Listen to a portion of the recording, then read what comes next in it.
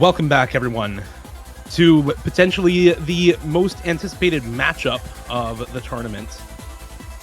This year's OWC has gone pretty much chalk to qualifier results, with not only the top 6, but the top 4 being entirely a perfect match for the qualifiers results.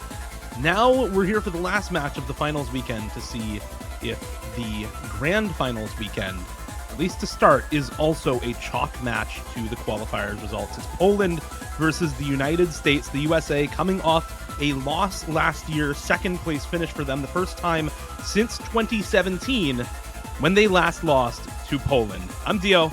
I'm joined by this one guy for the winners finals match in OWC 2025. Welcome in. Also, happy birthday, TNG. Thank you. Much appreciated. Glad to be here. Last year grand finals on my birthday, this year winners finals on my birthday, and hoping to have this one live up to the hype in much the same way last year's grands did. Man, I am excited for this one. Yeah, very excited for this match. As said, this is a matchup that's got a little bit of history behind it. Poland, one of only 2 teams in the last 10 years to take down the United States in grand finals and beat them twice in the same tournament. First in winners finals in 2017, second in bracket reset 2017. The United States since then, of course, has won almost every grand finals thereafter, except last year in 2024, where they lost again for the first time in 7 years to South Korea. Poland this time kind of feels like they have all the pieces of Exodia, right? They have Malashevsky back on the roster performing well. They have Milosh, who has been popping off all tournament long. Nahus, who has looked good, very, very good, in a lot of community tournaments throughout the rest of the year. A lot of other players stepping up, like Kosturek in particular. Some new rookies like Have, who are looking really good. And this time around, unlike in 2023, when it also felt like they had a really, really solid team and a good chance of winning when they were second seed in 2023, no early stage losses like that loss to Australia in the winners quarterfinals in 2023. So Poland now here in the winners finals, looking to make good on what is potentially a once in a very long time opportunity to take down the United States once again. Hidden 2, the first ban from Poland, and a Nomad 1 and Nomad 2 double banned from the United States. It's a really interesting sort of history we've seen right over the last decade of OWC. It's been a lot of teams trying to put together pieces of a puzzle to defeat the United States, which has proven to be a very challenging task. Poland, the last ones to do it, and it was like power of friendship back in 2017. It felt like they just did something right, and nobody was quite sure how or why, but they managed to do it. And then 2024, of course, South Korea put together one of the greatest teams that OSU World Cup has literally ever seen, to finally, conquer their own demons. The United States having beaten them a couple of times in grand finals previously to last year. And Poland adhering much to kind of that same recipe of just let's put together the best team on paper that we've ever had, and hope that works out. And man, they've looked so good over the course of this tournament. Like you said, avoiding that early defeat, in the quarterfinals. Nothing like that happening this year. Taking care of business, getting the job done, and doing so in style. But man, you got to talk about the United States a little bit. Last week, right? Semifinals, 6-0 over the number 3 seed Australia. Top scored for the weekend, all 6 maps they played. It looked a lot like the United States teams that we've seen in the past in years like 2019, where they were so dominant. And that is going to be the big question of this match in particular, whether the USA can keep that up, whether this pool will scale to where their players might start to struggle just a little bit. And maybe you can have those crazy Malashevsky carries. We've already seen 2 matches really like that this weekend. Zudinator carrying Canada through against South Korea, and then Emrek doing unspeakable things to this map pool last night against that Canada team. So it's a very interesting stylistic matchup that we're going to be seeing here, and we have now gotten through those bans. It's Hidden 2, DT3 from Poland, Nomad 1, Nomad 2, as mentioned, from the United States. And that is an interesting approach because it leaves so many things open that I think both of these teams really want to play. All of the tech stuff, all of the gimmick stuff, both of these teams have proven very good at. Yeah, exactly. And, you call out to some quote-unquote Malashevsky carry performance as well. Bit of deja vu for Canada with Malashevsky doing that to them last week already in the semifinals. So you're kind of expecting it to happen here a little bit versus the United States as well. Malashevsky, the number one performer last week by a really, really high margin. MREC setting some pretty high standards for that so far this week. Averaging 670k over 19 maps played in this pool, which is just an obscenely high average score. And we're going to start off with one of the highest star rating maps in the pool, and a map that I think a lot of people pegged as a Malashevsky pick as soon as it came on in the showcase, this DT4.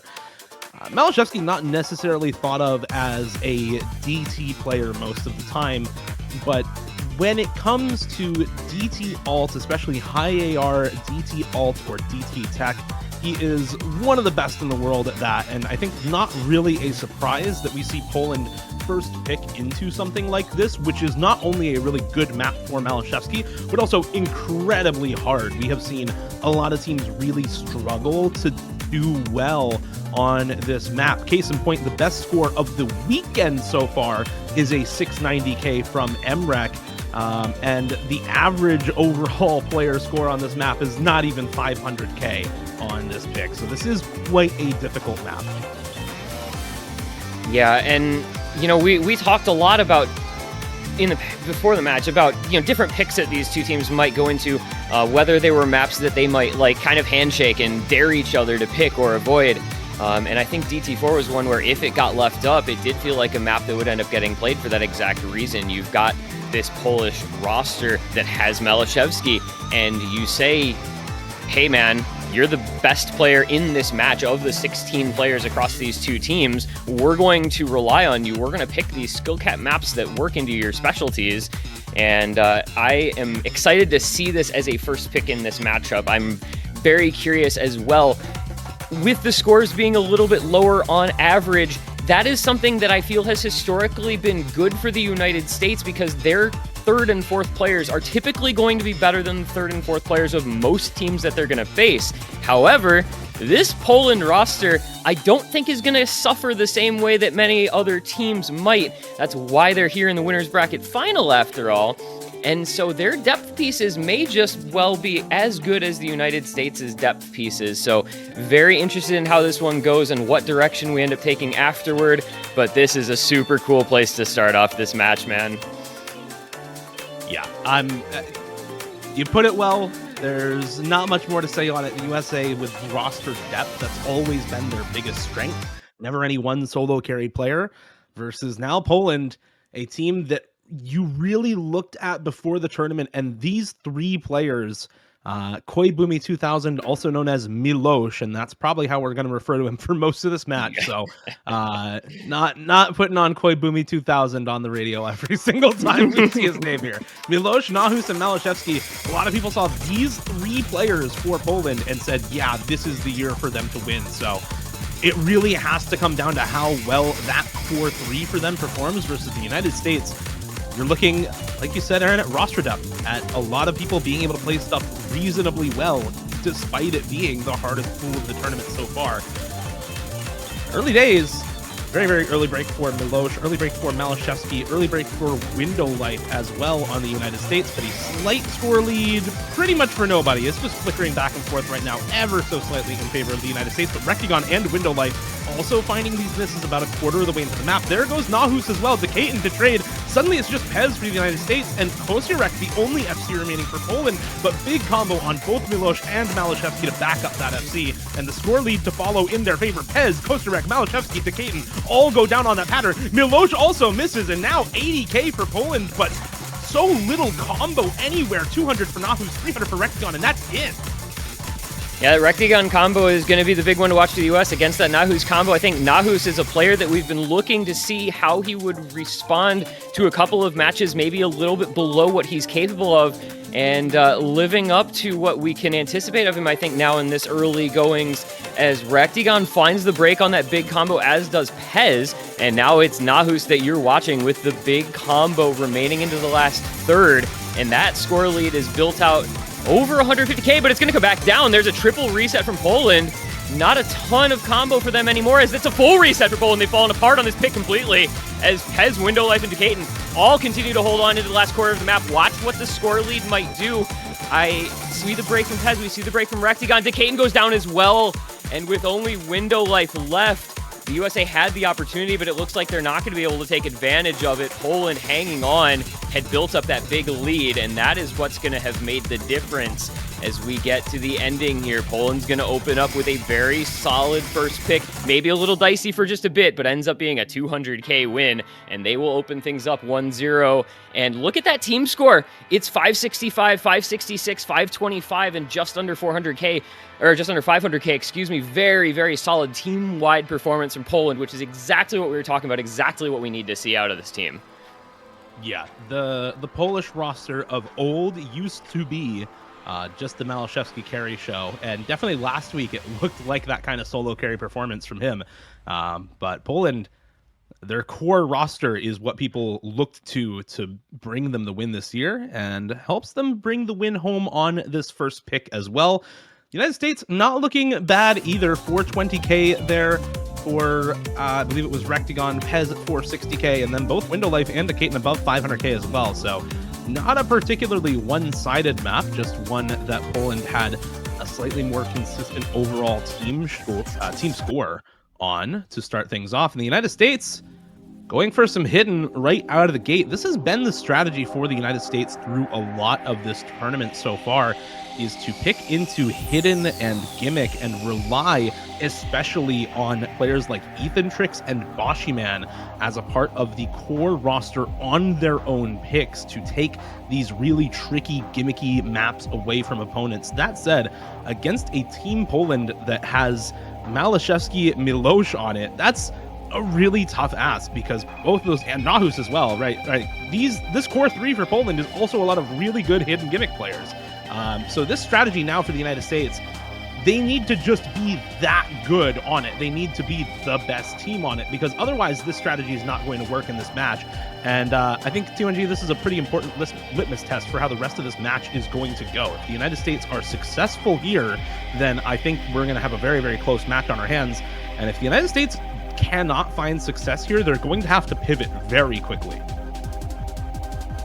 Yeah, you know, in terms of pick history throughout this tournament, United States, as you mentioned, has really opted into these gimmickier picks, whereas Poland has liked a lot of the mechanics picks.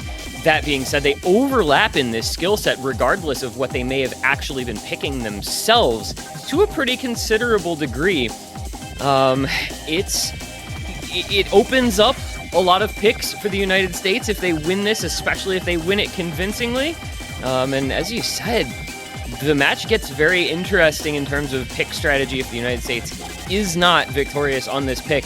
And, you know, the big name to look out for here, I think, you know, to a lot of people, including myself, is going to be Ethantrix. Came in for several maps last week, FC 2 of them, and it was, you know, these awkward, challenging reading picks, hidden picks, you know, kind of off-the-wall stuff, non-traditional mechanics. And he's an OWC rookie. This is his first ever OWC, much less his first ever OWC winners bracket final at that.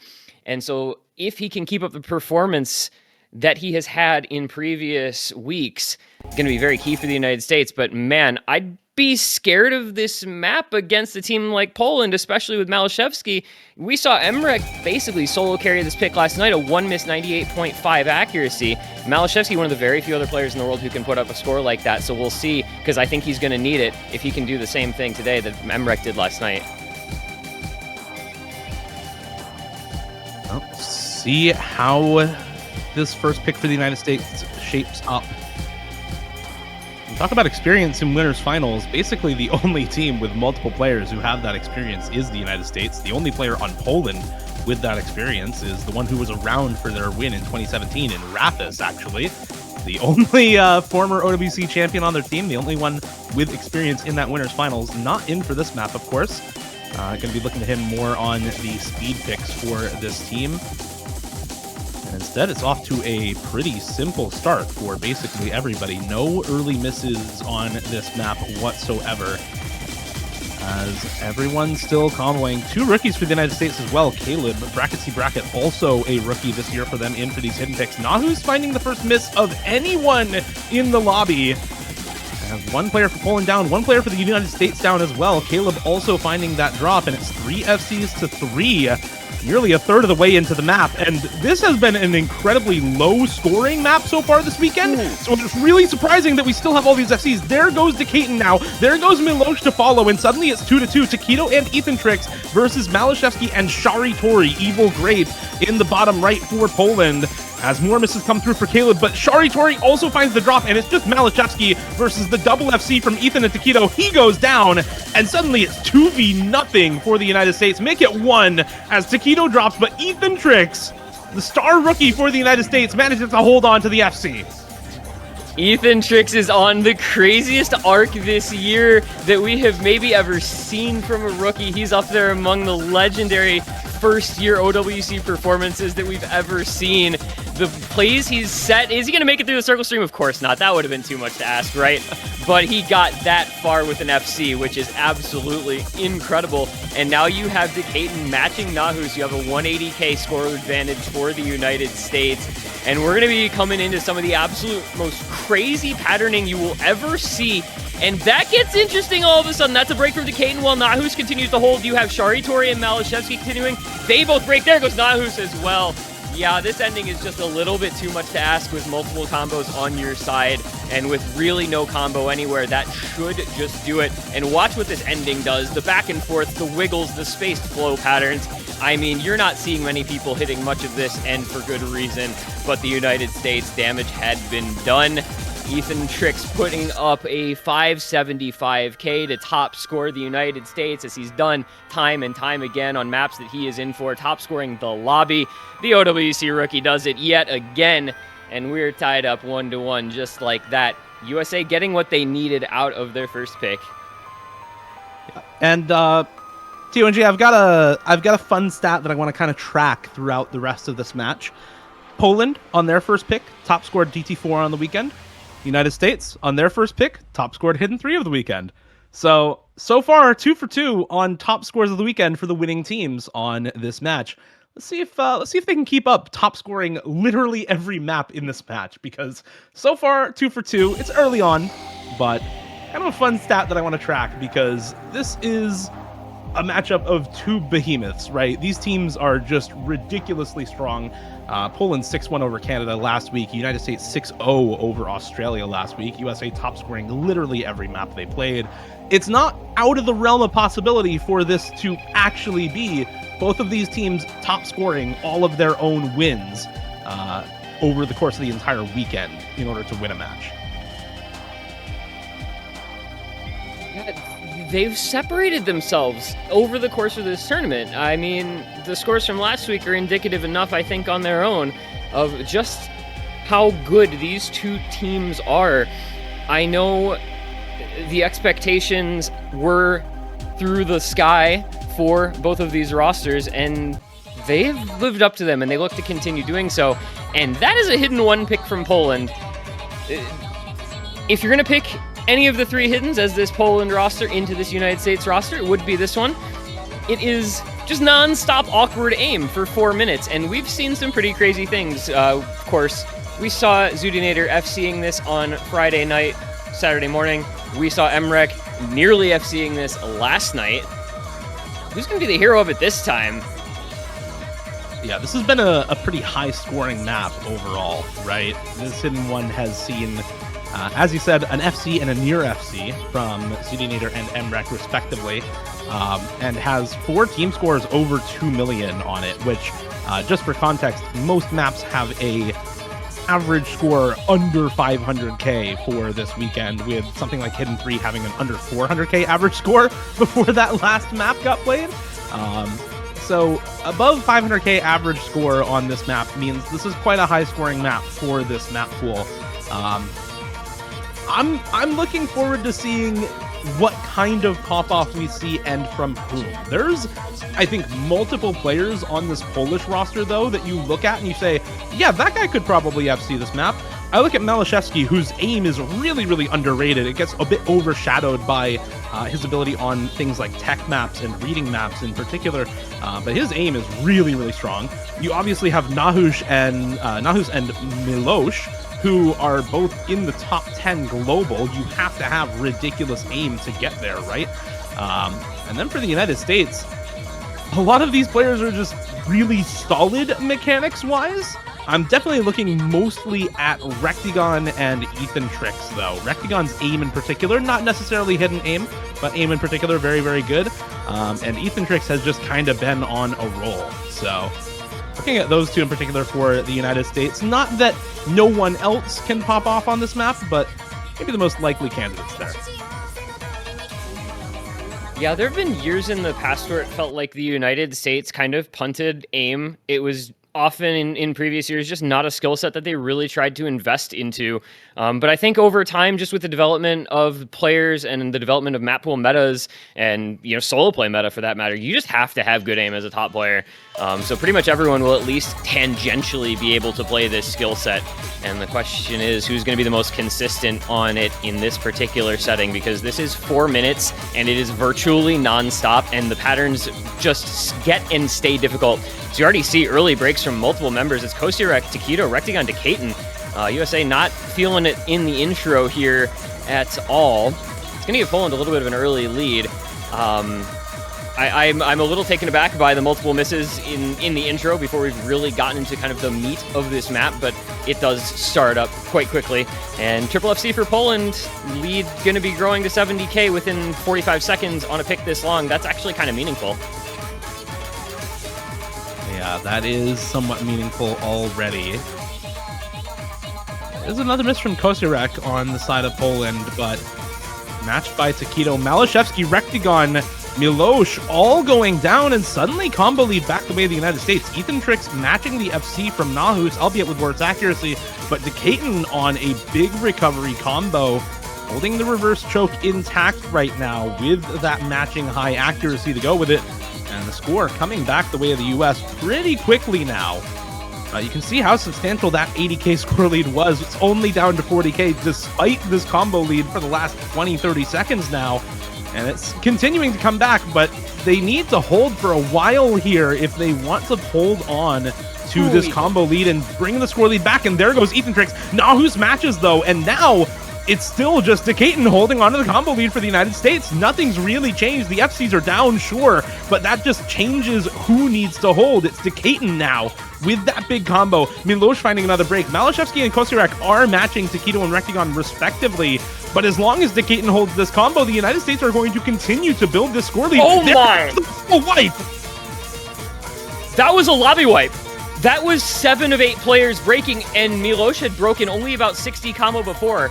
So that's just a full reset, and exactly halfway through, we're just resetting this map, Dio. We just went back to the start and said, let's play this over, except it's only going to be half the length now, as the United States gets to start off with just a little bit of an advantage, 30k and change. But look, the break's still coming in. Kosirek, Nahus, Rectigon, Taquito falling. Ethan Trix had fallen as well. You've got Milosh and Malashevsky trying to do what they can here. Decaton matches, roughly Malashevsky, but with a 25k score lead, it's virtually nothing with the combo where it is.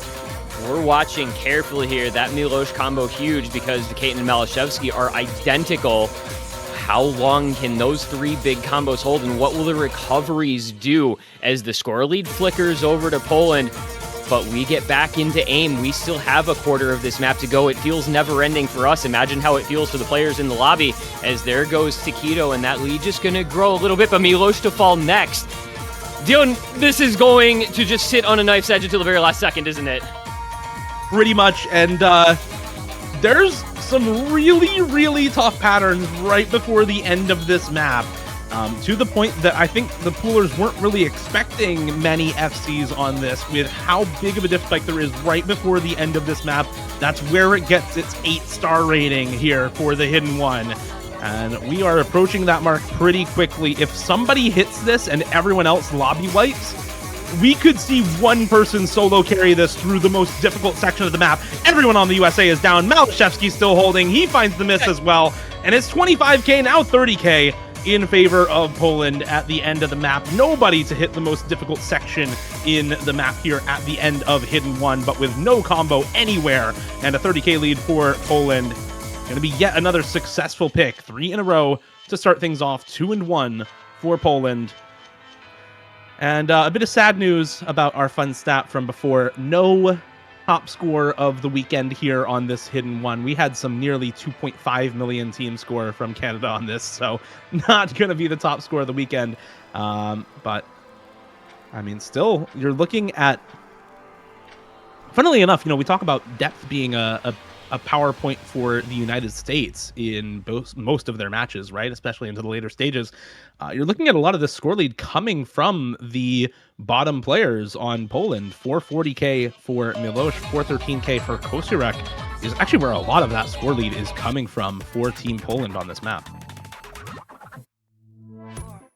Yeah, what even surprises me more about that particular insight on that map is the bottom 2 scorers were Taquito and Rectagon, who are not players you really anticipate to see bottom scoring an aimy hidden pick. You mentioned Rectagon being so good at aim in general, Taquito so good at hidden. You have a hard time imagining that those would be the ones causing the USA to lag just a little bit behind, but also speaks a bit to the difficulty of that particular pick. And United States now down 2-1. Own pick to come is going to be the Nomad 5, which I think we could kind of anticipate. First picked into the Hidden 3, very gimmicky sort of reading-y map there, and into the Nomad 5, which is even more so, of course. A little AR8 KTG-ster. You've got stacks, you've got snaps, you've got overlaps. This is a pretty classic KTG-ster aim pick in this pool, and it's the type of thing that I think the United States has really liked this whole tournament, built their roster at least partially around these types of picks, and it's gone well for them so far. See if they can continue keeping up that trend. Yeah, and I do want to touch on kind of some of the difficulty aspects of this map, because yeah, it's a lot of aim control in this map as well, but talking with some of the players, the perfect stack reading in this is really, really tricky. I know talking with some of the players on Canada, people have been making practice diffs and putting in literal hundreds of attempts on both the full map and some practice diffs just to get the hang of the perfect stacks in this map. So the stack reading in this is really a huge challenge. I think that's going to be a big defining factor of this. The aim control is certainly there as well, but at AR 7.7 with this kind of stack reading, it's going to be really, really tricky. That said, this is what the US has built a roster to do. You have Caleb, you have Boshyman, you have Ethan Trix, and actually Pez, the last player on this map. Usually on a reading pick like this, I think most people would expect to see Taquito in, Pez coming in instead. For Poland, though, you have a couple of players on this team who are here really specifically just to play reading, especially have Honey Dip there in the top left corner is here specifically to play reading maps for Team Poland. Of course, alongside more of the core reading roster, Shari Tori, also known as Evil Grape, Milosh, also known as Koibumi 2000, and Malashevsky. Thank you, Malashevsky, for keeping the same username. I appreciate it. And worth also noting when discussing the difficulty of this particular pick, this is at 100% pick rate for the weekend, and only one team has gone over a 2 million team score. So if that doesn't give you some sort of indication, and also mentioned that team score was almost 2.5 million. South Korea, what were you doing on this map? That was pretty crazy. So we'll see if either of these teams can live up to it. Look at the lead already, though, for Poland. Very, very early break from Have came out, but you have Bashi and Caleb falling for the United States, and of course the accuracy not looking great for Pez or Ethan, and Pez, in fact, will be the next to fall.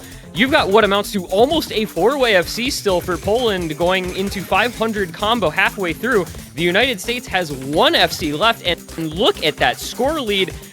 This is practically over already, and what we're seeing Poland doing to this map is unbelievable. They have a triple FC still going, almost up to 2 million with a third of the map still to come.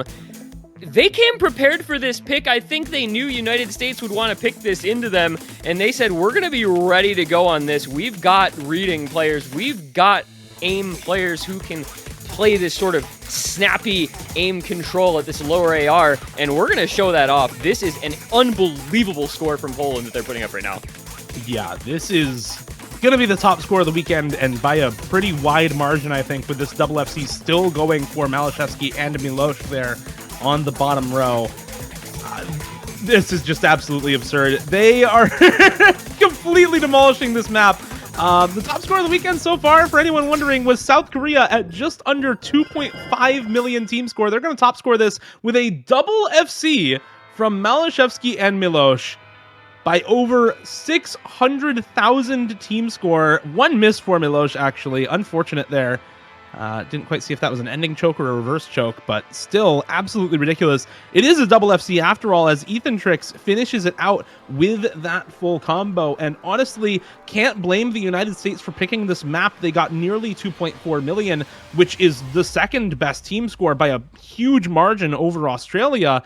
It's just that Poland, I think, kind of baited them into picking this. They banned out the Hidden 2, that other low AR reading map, left this open, knew the United States would want to pick into reading, and like you said, just came prepared for it, completely demolished not just the United States, but everyone else who played that map. 100% pick rate over the entire weekend.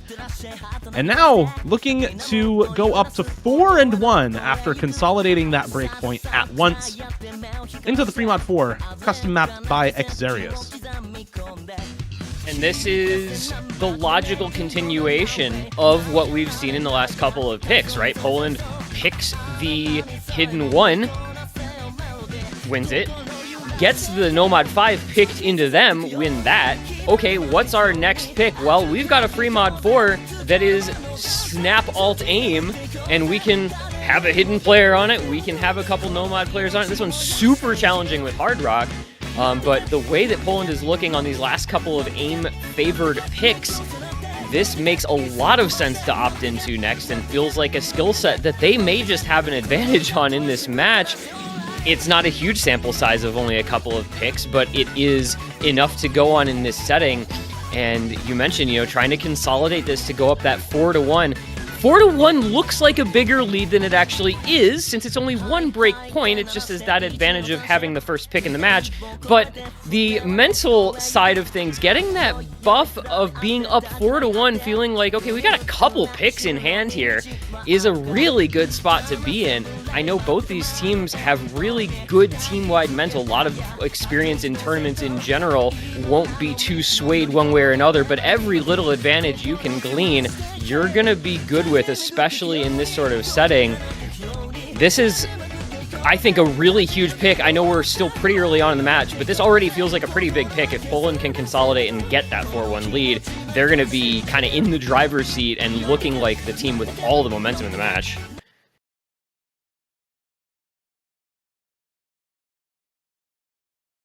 See if they can keep that momentum rolling here.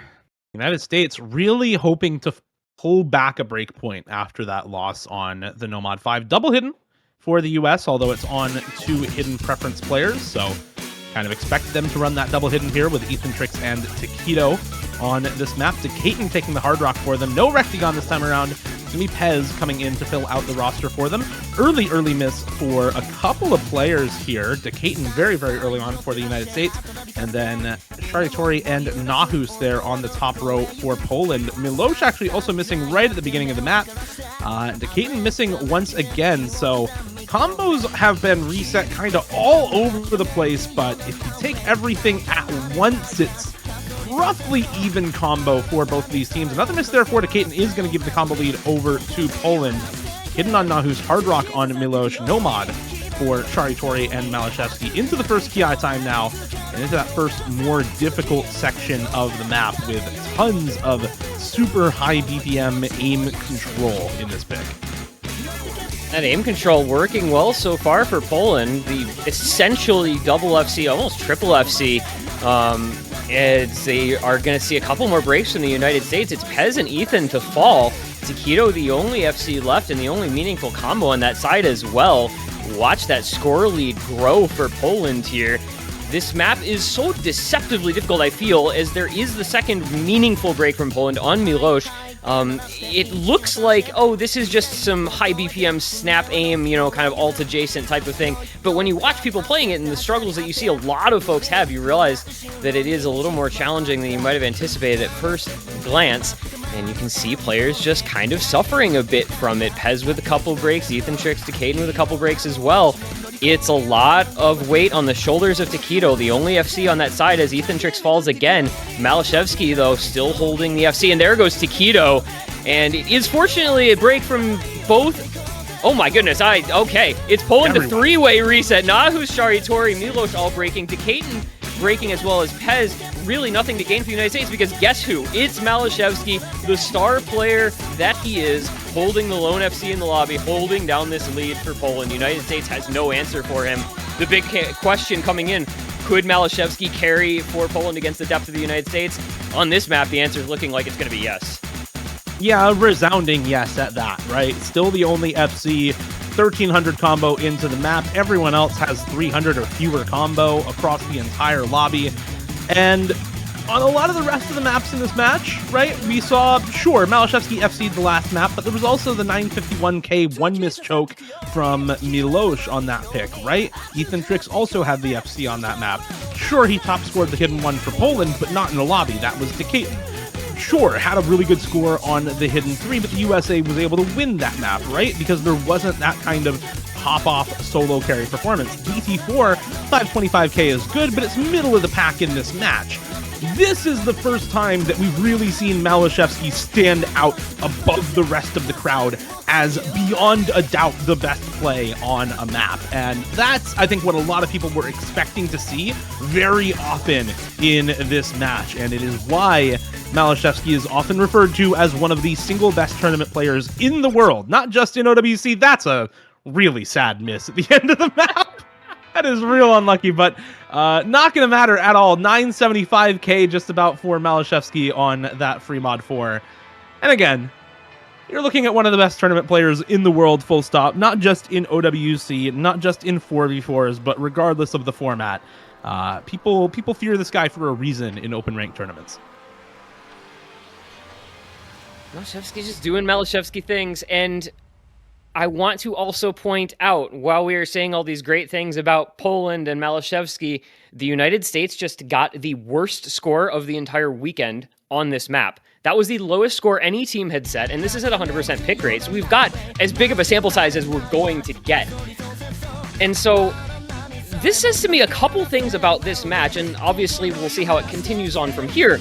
But A, Malashevsky is doing what he needed to do, and Poland is doing what they needed to, and B, you can't expect what the United States did last week to be repeated this week, but it does feel like they've maybe just taken a little bit of a step back, a bit of regression toward the mean from this USA roster that had that unbelievable performance last week, not quite reaching those dizzying heights today, and they're going to need to summon up a little of whatever they found in the semis if they want to come back in this one now, because your pick strategy is getting more challenging by the minute as Poland continues to look so strong, and with Malashevsky looking so strong as well, already down that 4-1. You got to do a little bit of soul searching here for the United States to try to figure out what you're going to do to find both your own picks and somewhere a breakpoint as well. And the timeout says they need time to figure out what they want to do now that they've gone down this consolidated breakpoint and set a couple of not super great scores by their illustrious standards. And they are going to take that timeout in order to kind of recalibrate here, right? Figure out what's going wrong. Yeah, we're just down one breakpoint, but this is a pretty important pick to get right. If you do lose this pick as the United States, you're now not down just the one breakpoint 4-2, but you're down 2 breakpoints 5-1, and suddenly you can lose this match 7-3, 7-2 if there's another breakpoint, right? So the United States, they really want to not give up this point, and further than that, they need to figure out what the pick strategy is going to be going into the rest of this match. Can you win on, instead of the aim control like we have seen go so well for Poland, can you win on speed instead? Can you win on something a little bit more tech focused or just pure aim like the Hard Rocks, right? Or something more stream focused like the Freemod 1. Where do you try to pivot towards as the United States? Because the reading didn't work, and that is the one breakpoint. And more than that, Poland has won on Hidden 1, which is, of course, hidden aim, sure. DT4, which is speed, finger control, aim control, and Freemod 4, which is aim control. There's a lot of that in this pool. You've got Nomad 3, you've got Nomad 4, you've got, to some extent, Hard Rock 3, Hard Rock 2 for sure in this pool. To some extent, the Freemod 2 as well. So that's a lot of picks that look to be off limits right now for the United States. And I think figuring out what your chances are on the next kind of pool of maps is really important. They're going to go for Hard Rock 3, which, yes, is a little bit aim control, but mostly in terms of the flow aim and streams on this original song. Marmalade Butcher doing not just this original song for the OS World Cup Finals, but also 4 others, one for every mode World Cup. That includes Taiko World Cup, Catch World Cup, Mania 4K World Cup, and Mania 7K World Cup. So big shout out to Marmalade Butcher there. Aaron, this map is just really, really difficult flow aim streams at 180 BPM. With Hard Rock, though, I think the US has a lot of players who would love to play something like this.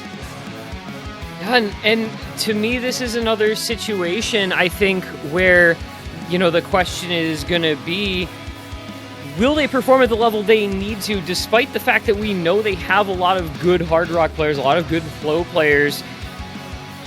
They looked good enough to win the Hidden 3, which bears certain similarities. Not a ton of them. I'm not going to make it out like they're the same map, but there are certain similarities. They won the Hidden 3 not by a gigantic margin. They did it by enough. They needed, you know, a couple of really solid scores to do that.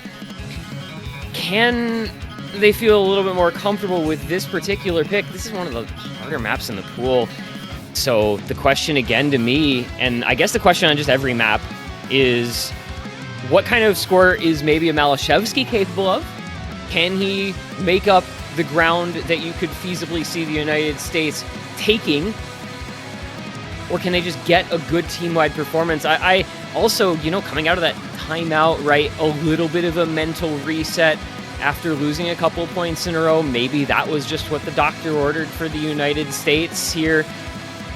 I'm a little surprised, I think, by this being their choice here. But, man, like you were saying, there's a lot of picks that feel in skill sets that Poland is going to be at worst competitive in against this U.S. roster. So where would you ever go? USA's been pretty good at Hard Rock over the course of the tournament, right? It's been a solid mod pool for them. But, man, I'm just watching. I guess it just comes down to the fact that I'm just watching Malashevsky and seeing the things he's capable of and thinking, how does the United States beat that? What is the answer to that? And I don't know. Is Hard Rock 3 the question? I guess we'll find out in 3 minutes and 21 seconds, huh? We will find out soon enough. We've got Milosh, Nahus, Malashevsky, and Kosturek in for Poland. Kind of the core 4 roster for this team. The United States, with an ever-shifting roster, Rectagon, Decaton, Taquito, and Window Life. Some familiar faces here for sure, especially on Hard Rock and Hard Rock streams. Rectagon, Decaton, Window Life, man, those 3 players you kind of expect to do super well. Taquito, though, I've watched him play a couple of the maps on this pool. He has looked really, really solid on just about everything. So I can never count out the United States captain as bad on any particular map. Almost underrated on Hard Rock, honestly. You see him come in for stuff and you think, oh, that's not hidden, that's not tech, that's not tapping. And you forget that he's really capable of playing just about anything that you throw his way. Oh, and looking like everybody's capable so far. Only yeah. one early break for Nahus here at the start of the match. And nobody else finding any breaks, but we haven't gotten into any of the truly difficult patterning in this map yet. This is pretty tame as far as this Hard Rock 3 goes, and here's really the start of it. That slider catches Nahus once again, still the only player to have found any misses so far in this map, as everyone still on this 7-way lobby full combo. Right as you say that, it's Taquito to fall, unfortunately, but that is just kind of the match. Still 3 FCs against 3.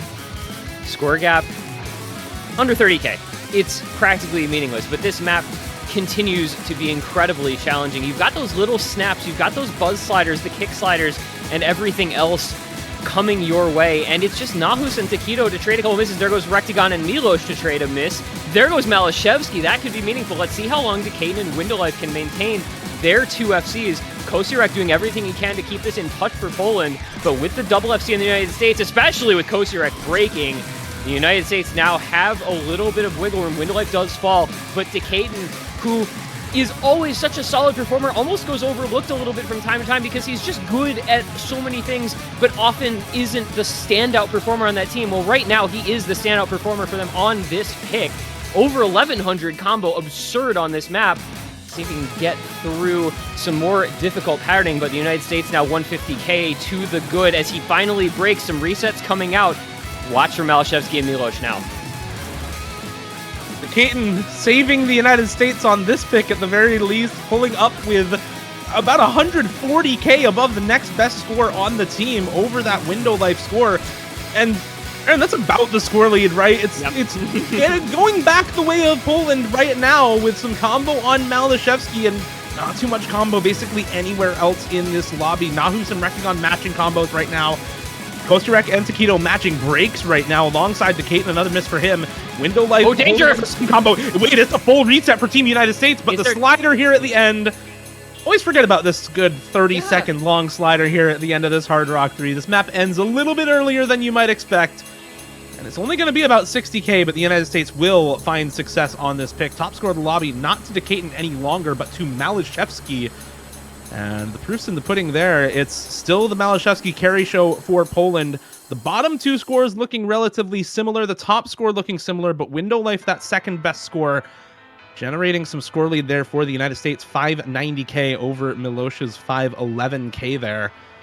And it just goes to show how closely matched these 2 teams are. Yes, even though the United States is winning that pick, it's only by so much. It's by very, very similar scores for each individual player across from their partner in the lobby. It's the barest of margins, and it's 2 S ranks, by the way, just to shout those out. Malashevsky and Taquito both dropping the 0 misplays on that map. Pretty impressive stuff from those guys, but yeah, it is just the smallest differences. Any 2 players being separated by a big margin in the same lobby location can be the difference maker in this matchup. I mean, it's 61k there. It was, what, 29, 30k back on Hidden 1, 150k back on Hidden 3. I mean, these maps, when you aren't seeing Poland doing ridiculous things like we saw in Fremod 4 previously, the other maps are coming pretty close. So and what I think about as well, we're 6 maps in plus 4 bans, so the pool is starting to, narrow down just that little bit. How many more picks are we going to see that are that close? Because the teams are not going to have their early planned picks of maps that they feel 100% confident in. And it's going to be the question to answer here, as Poland is going into a No-Mod 4 that is unbelievably difficult slider tech. And, well, it's Malashevsky's playground, but this map is so freaking hard for literally everyone, man. This is, again, I think, one where we might see some very close team scores across the board, top to bottom. This one's another relatively difficult pick in this pool, that's for sure. I think it says a lot about this pool that, we talk about how difficult this map is. Well, I count 1, 2, 3 other picks that have a lower average score on this pool already than just this No-Mod 4. So yeah, maybe the 4th hardest score by average score, sure, but it's still really, really tricky. Just look at the patterns of this map once it gets started, and you'll see what we're talking about. 220 BPM speed tech here for this No-Mod 4. When you say speed tech, a lot of people think about, speed mechanics plus a little bit of tech. This is kind of the inverse, where it's a lot of tech plus a little bit of speed mechanics, a lot of aim mechanics in this map as well. And you just got to say it, right? Poland has Malashevsky. He's the best tech player probably in the world. Definitely the best tournament tech player in the world. That goes pretty much without question. It's what he's built his reputation on over the last half a decade of tournaments. It's what people fear him on the most. It's what, in a 1v1, you permaban against him if you're able to read low AR. And That's a big asset on a map like this that has such a low average score and such high carry potential for an individual player because of that. Yep. You get into these late stages, we make a lot of discussion about carryable maps. These picks where you can where if you have a Malashevsky on your team, if you have an Emrek on your team, these maps are just so hard for 99% of players that if you have one of those 1% occupiers, you have such a big advantage on them. And this is definitely going to fall into that grouping. We do see Sedis coming in, I believe, for the first time in this match to join Milos and Nahus alongside Malashevsky. United States, it's a scary tech roster, man. Rectagon, Decayton, Windowlife, Taquito, all players who are good at tech, all players who are good at high BPM as well. So the mechanics aspects of this will be familiar to them, will be within their wheelhouse. But that big X factor always going to be Malashevsky in this matchup, I think, on a map like this. And away we will go. Every map feels so incredibly important. You get this, 6-7 maps into a best of 13 stage, and, the margins get smaller and smaller as you go. And riding that knife's edge of a 1 breakpoint advantage are Poland as they try to continue onward.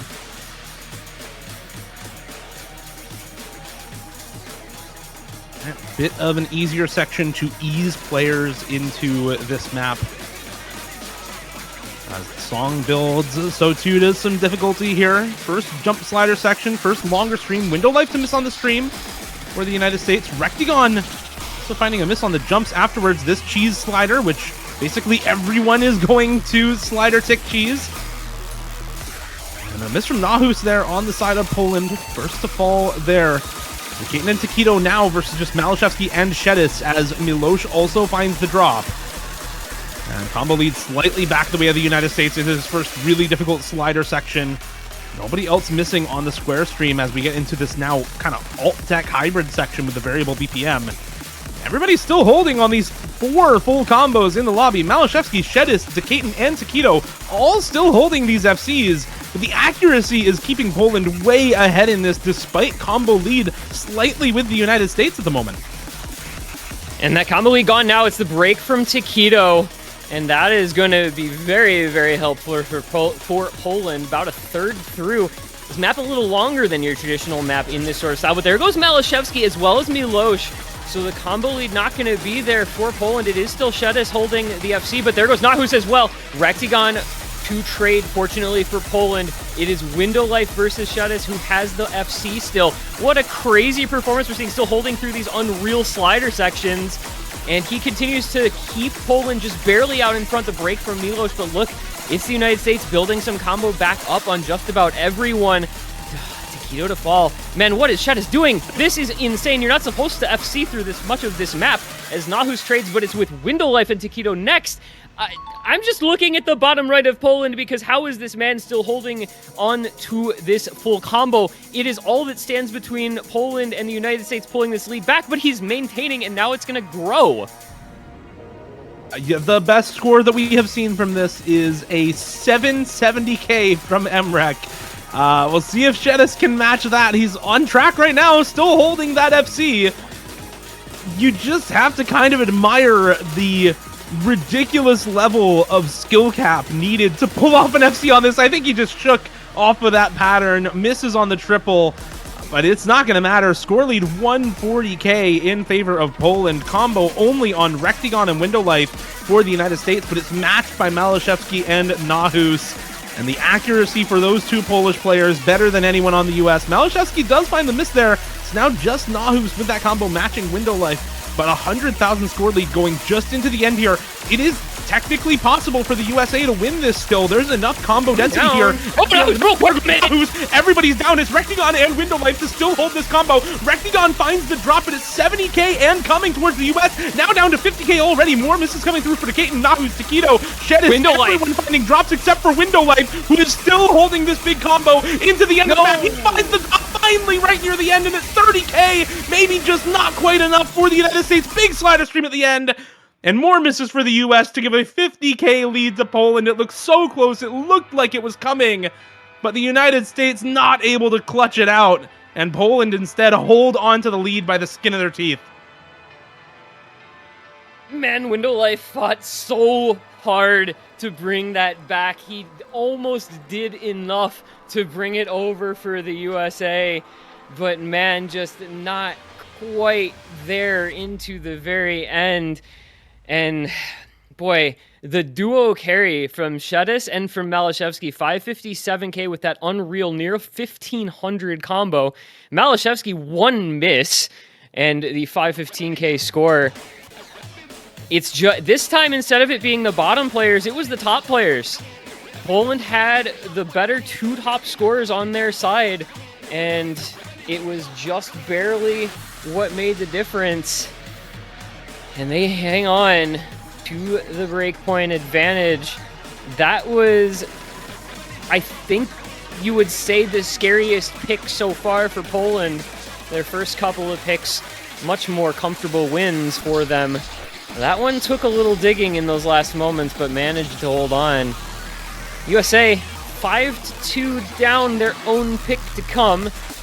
Gotta be another good one. Can't afford any sort of mistakes here if you're the USA at this juncture of this match. The pick is going to be an interesting one. I don't know if you go back into something like a tech. I don't know if you go like a Nomad 3. Do you risk tapping? Do you risk a DT1, DT2? No, it's going to be Hard Rock 2. Wow. Is this the first time we've seen Hard Rock 2 this weekend? In an actual match, yes. It was played in the shell match, of course, but in an actual match, yes. This is the first time we've seen Hard Rock 2 this weekend. The Ruby of Twilight, another OS original by Cygnus, mapped by LMT. This is CS 7.15 Hard Rock Precision, 152 BPM linear aim control with a lot of triangle, triple spaced patterns. Also a lot of 1/8 bursts in this map. Usually a 5-note burst at 1/8, which for anyone who doesn't know what that means in OS mapping terms, usually 150 BPM space streams with some stacked bursts in the middle that are 304 BPM.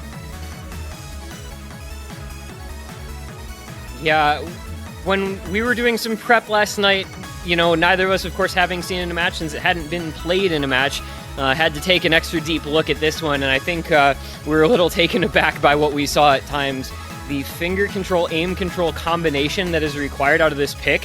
There's a couple times where you have those 1/8 bursts and they aren't followed by a slider. They're just followed by like normal beats that you have to tap as if you were just continuing onward. The finger control required to play that properly is absolutely absurd. And that's to say nothing about the fact that it's CS 7.15. Like, just the sheer difficulty of so many different facets of this map that may not be readily obvious. It's incredibly high. And, it's the type of thing where I almost wonder, because United States, you expect this pick into precision because of Bashi. We'll see if he comes in for this. That tapping might be a little rough for him. The precision specialist, not a tapping specialist. I'm curious to see how that goes for him. But hey, they won the Hard Rock 3. I get continuing in the Hard Rock pool at the very least. Yeah, and it's not going to be Bashi indeed. It's going to be Takedo instead to come in here. Once again, 4 good Hard Rock players for the United States: Takedo, Decaton, Rectagon, and Window Life.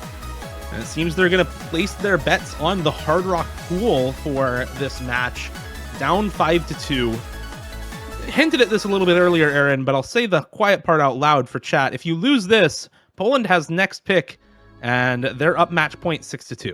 So the United States, this pick is incredibly important. If you give up another break point from here, you probably lose the match. So the United States needs to lock in on all of their picks. They also need to still take back that break point that they lost early on in the match on that Nomad 5 pick.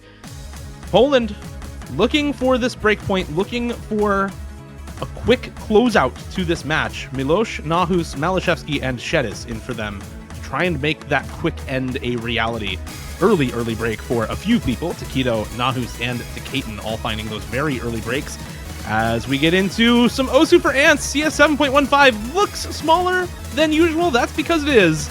More misses coming through. Window Life and Shedis also finding the breaks. It's just Rectagon for the United States already up against both Milosh and Malashevsky, still holding those FCs. Who's dropping that reverse choke is good for the US, but so many lost combos already. There goes Milosh, and now it's just the 2-star players for each team, Malashevsky and Rectigon, holding on to the FCs. And Malashevsky is down. Rectigon now, time to shine as the Hard Rock player for the United States, the best Hard Rock player in North America. And he has been such a key performer. What the? What happened? I am gonna bet, and I'm gonna bet his game just stuttered. I would bet anything his game just stuttered there. That's exactly what that looked like. That is really, really unfortunate, as Rectigon had that lone FC left in the lobby. That looked for all the world like his game stuttering or lagging, and now it's just even pretty much across the board. Combo advantage just bit to Poland with Milosh and Malashevsky having recovered, and as we get to the halfway mark, it's still such a slim margin of only 25k. But the combo lead gonna fall as there goes Milosh, and that score gap might just go back the way of the United States. Rectigon recovering the combo as well as Taquito building back up. Nahus to fall next, and it looks like the score might finally go the way of the United States. Rectigon, despite the hiccup, as you said, has been the Hard Rock player of North America for years. His precision skill level so incredibly high, and his ability to clutch up in some of these really intense situations has been there time and time again, as well as he and Taquito continue carrying onward. I don't know. I'm just, that was Windle. It's a misread in the slow section. Happens to the best of us. And yeah, Rectigon actually had complained about the same thing happening on the last pick. His game just stuttered for 10 seconds at the beginning of the map. Malashevsky misses on the 1-8 burst. That random 300 BPM burst in the slow section catches him off, and now Rectigon, the only big combo in the map going into the ending here. Taquito had also found the break during that slower section. It just has those 300 BPM bursts in the slow section as well. This now the most difficult section of the map, but the damage is done. 220k like nothing for the United States. Instantly moves over to their side as Rectigon is going to clutch up a ridiculous 615k on this Hard Rock 2. Despite the early map stutters, he's going to find the best score in the lobby by over 100,000 points over Malashevsky's 514k himself. And the rest of the lobby also quite good for the United States. Look at some scores just comparing. Taquito 440k, Decaton 400k, both better than anyone else on the side of Team Poland. And even Window Life's 350k still outscoring both of the bottom two scores on the side of Poland, only outdone by Shedis' 360k. So that was really a win across the board for the United States, not just Rectigon over Malashevsky. That's the cherry on top for sure, but across the board, better for the United States on that Hard Rock 2. And I think they may have found some footing here on these Hard Rock picks. We'll see if they continue on with that Hard Rock 1 as their next pick. For now, a brief respite for the United States. No match point quite yet as Poland move into their own next pick. Seeing where they want to go. Nomad 3 looks, I think, probably a bit enticing to this Polish roster after how the rest of these more aim control focused picks have gone. We'll see if that's where they want to go, or if they instead dip into something like the Freemod 2 or Freemod 3, or if they themselves want to pick tapping instead. Yeah, I think, to me, it almost says Freemod 2 here.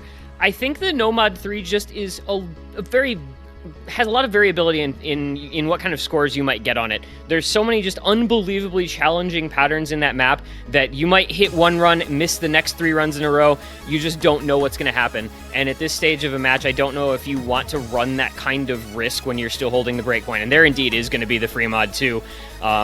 It just kind of makes sense here. Relatively aim-focused anti-mod pick. Poland looked good on the low AR, on that Nomad 5, right? They've looked good on all the aim kind of consistency sorts of maps that we've seen in the match as well. So I think going into this pick, which is probably a little bit more reliable score-wise, makes a whole lot of sense for them.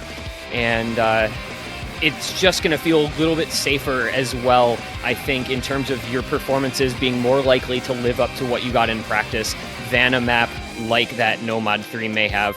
And to touch on one other thing that you briefly mentioned, the tapping, it feels like other than the one tapping ban of DT3, we're just kind of handshaking. Like, nobody has picked DT1, DT2, Fremod 1. They're just there in the pool, and I don't know if we'll see them at all because both these teams are so good at that skill set. So we just continue to kind of avoid them. We're making a little boundary around them and saying, do not touch.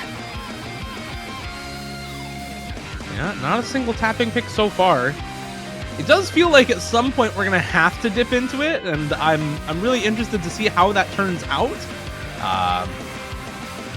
Although I guess at the end of everything, yeah, because even if you pick exclusively non-tapping maps from here on out, the only one left is really the Hard Rock 1. Fremod 3 is somewhat of a speed pick. Fremod 1 is a stream map, and then there's just the DTs left, so we're gonna have to dip into it at some point here, if not just for the last pick of the match.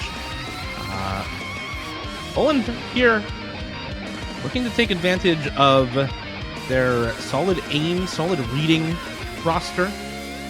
United States, of course, favored on precision, as we just saw. It's looking like, honestly, I think kind of a scary pick for both of these teams. Like, sure, Poland has a really good both reading and aim roster, but USA, especially on an anti-mod aim pick like this Fremod 2, I really like Rectagon for precision. Decaton can also take the Hard Rock and allow Rectagon to go Nomad potentially. Ooh. That is a preference Hard Rock for Decaton, actually. Well, Decaton and Rectagon, really. So double Hard Rock for the United States. That is a bold strategy. Hidden for Ethan Tricks, Nomad for Bashiman. Double Nomad, of course, for Milosh and Shari Tori on the side of Poland. Hard Rock for Kosiarek and Hidden for Malashevsky. Trying to get to match point here for Poland, not wanting to give up that early break point they took on the Nomad 5. Let's see how this map works out for them, T1G. I'm really curious how this double Hard Rock will go for the United States, because I can see it working. I can also see it on an aim pick like this really backfiring too. Right now, it's working out very well. Early misses for Malashevsky and Shari Tori really hurting the team score for Poland. Yeah, and, you know, this is decently long. It's 3 minutes and pretty consistent in mapping style. So, you know, those early couple breaks aren't going to be the end of the world, but the longer the United States continues to hold the four-way, obviously, the more that score gap is going to grow. And you see the breaks coming through again from Shari Tori. A little bit of a struggle there in those early stages, continuing to fall. There go Kosiarek and Malashevsky as well. It's down to just Milosh, the only combo on Poland. And that's not even an FC. He broke right at the start. Meanwhile, the United States has only just now, a third of the way in, had their first break, and it's Rectagon. Meanwhile, Bashi, Ethan, and Decaton all still on the FCs. 200k the lead for the United States, and this is feeling like it might be the opportunity that they really need to grab. They need to hold on to this advantage, and they're going to have a little trouble doing that as they triple reset with Bashi the only one holding on. Fortunately for United States, Bashi is basically matching the sum combo of Poland, but he needs to hold. The breaks coming out all over the place as the map just does not get any easier. It is all of the weight on the shoulders of Bashi, man. He has had heroics in the past. Can he do it again here today with Shari Tori, Malashevsky, and Kosiarek all hot on his heels? Yeah, putting aside Bashi's very first OWC, he has been one of their most consistent members at coming in for a single map or two in a pool and just top scoring for the weekend and then leaving mic drop, and he's looking to do that here as well. Still holding on to the Nomad FC right now. My mind goes back to OWC 2023, where in grand finals he came in on Fremod 2 versus South Korea to hold on to the FC and keep them in the match. He's gonna have to do that here, though. There's just no combo anywhere on the United States. Malashevsky, Shari Tori, and Milosh all have big combo for Poland, and this score lead is starting to go back their way, but there goes Malashevsky, misses on the hidden. Shari Tori and Milosh now matching the combo from Bashiman and keeping this pretty much dead even at 100k. If Bashi misses, this still can go back, but there's a miss from Shari Tori, and I think that's the end of the map, and Bashi Man once again comes in for one map, comes in for the Fremod 2, pulls out an absolutely ridiculous score and brings back a lost break point for the United States, 340k nearly in their favor with the Nomad FC from Bashiman. How does he do it? Bashiman don't get no help. Bashiman don't want no help. Bashiman don't need no help. What a performance there. He just clutches up for the United States, man. What a performance. He was so ready, and he showed up when they needed him most. And now the break point is gone. If the United States can win their own pick here, it is 5-5, 1 pick left per team. Osu World Cup Winners Finals. I mean, you cannot write a better script if that is how this keeps going. The United States has to have another good pick here, though. The advantage of first pick that Poland has in this match is such they will have that match point. If they can win this, where do you go? You got one Hard Rock left that I don't think you want very badly in that Hard Rock one. You got that Nomad 3 that I don't know how you feel about that either. DT1, DT2, Free Mod 1, as mentioned, the tapping maps in this pool available to you. Nothing feels good, nothing feels bad, everything feels coin flip. This is a scary, scary spot in the match for both teams, everyone involved. Yeah, and even that last map down there in the bottom right, Free Mod 3, is also this kind of hybrid tapping and aim control pick right at 250 BPM, so kind of everything is either tapping or very aim control-y, and we're going to go with tapping. We're going to go with the lowest BPM, highest flow aim option in the Free Mod 1, 200 BPM Space Streams Arcadia by Baby Metal, mapped by Karcher. This is very recently, I think, ranked, actually. It might have been ranked right before the start of this weekend, if not still in qualified.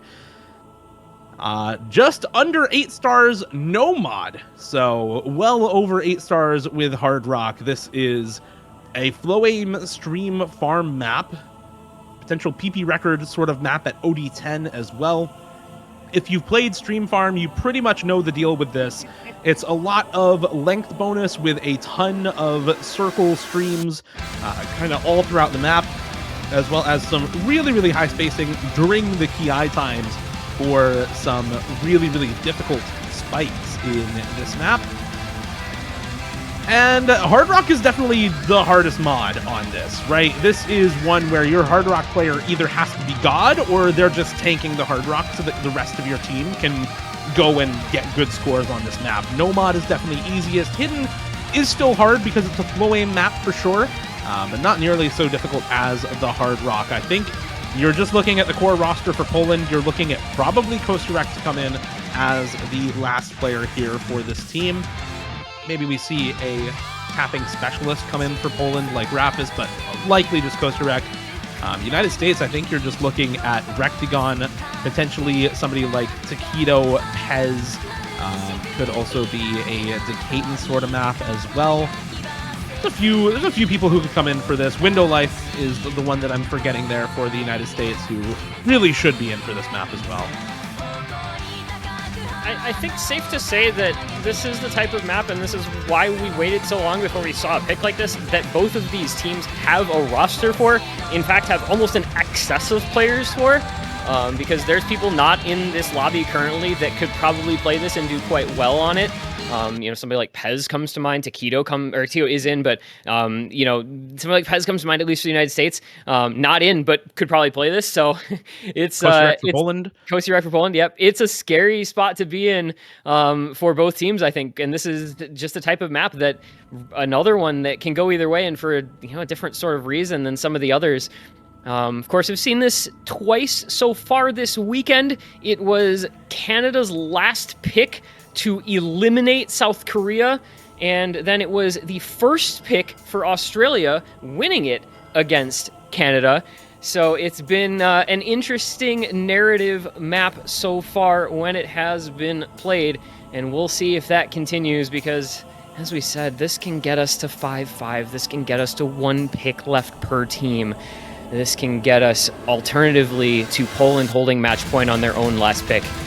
And as you said, Dio, it is a challenging flow test. The spacing of these streams at the high points of the map is gargantuan. Hard Rock players, I wish you the best of luck. Even Nomad players and Hidden players who might have preference there, I wish you luck as well. Early break from Nahus just to get things going.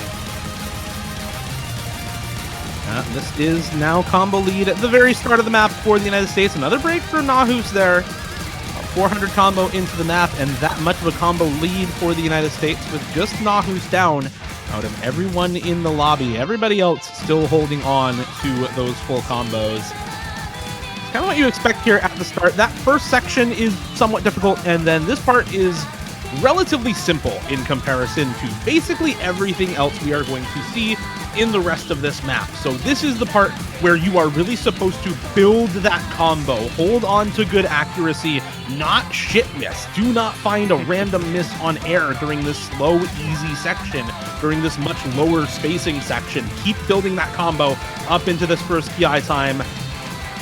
Before the drop hits, before the combos start dropping like flies during these harder sections, here's the first big stream in this map, especially for those Hard Rock players. The spacing, even during this build-up, can be really, really tough. Now into that first PI time, as everybody's still holding on to these combos, and the lobby crests 1,000 by 7 in this first chorus.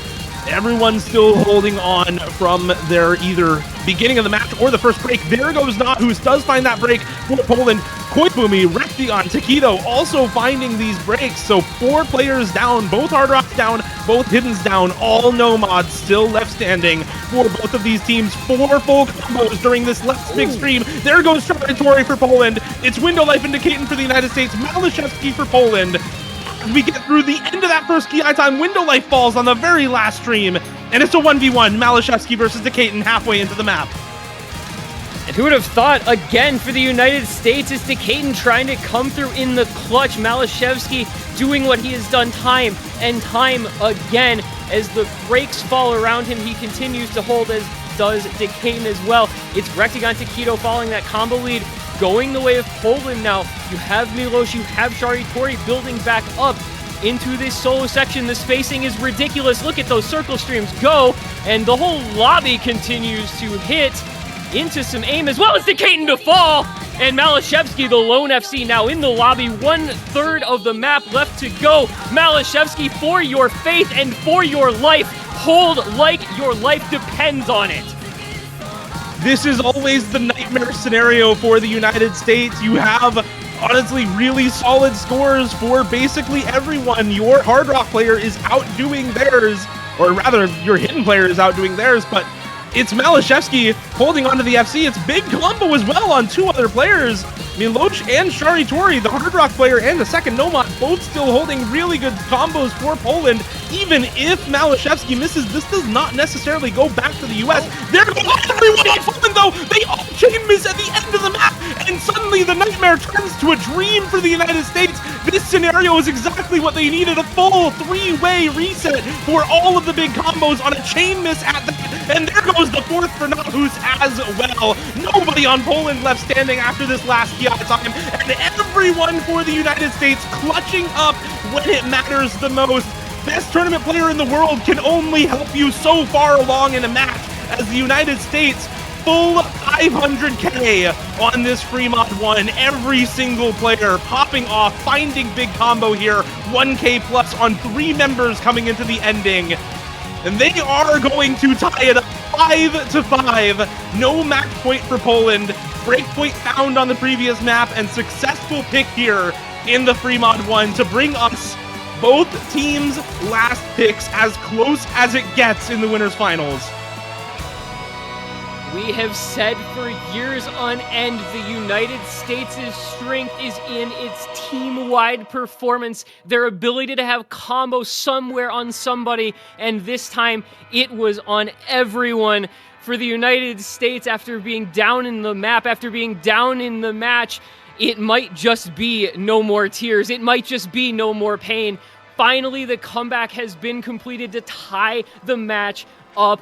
This is what dreams are made of, and for somebody it might just be what nightmares are made of on the other side of 2 remaining picks. 1 map per team, a possible tiebreaker awaiting on the other side as well.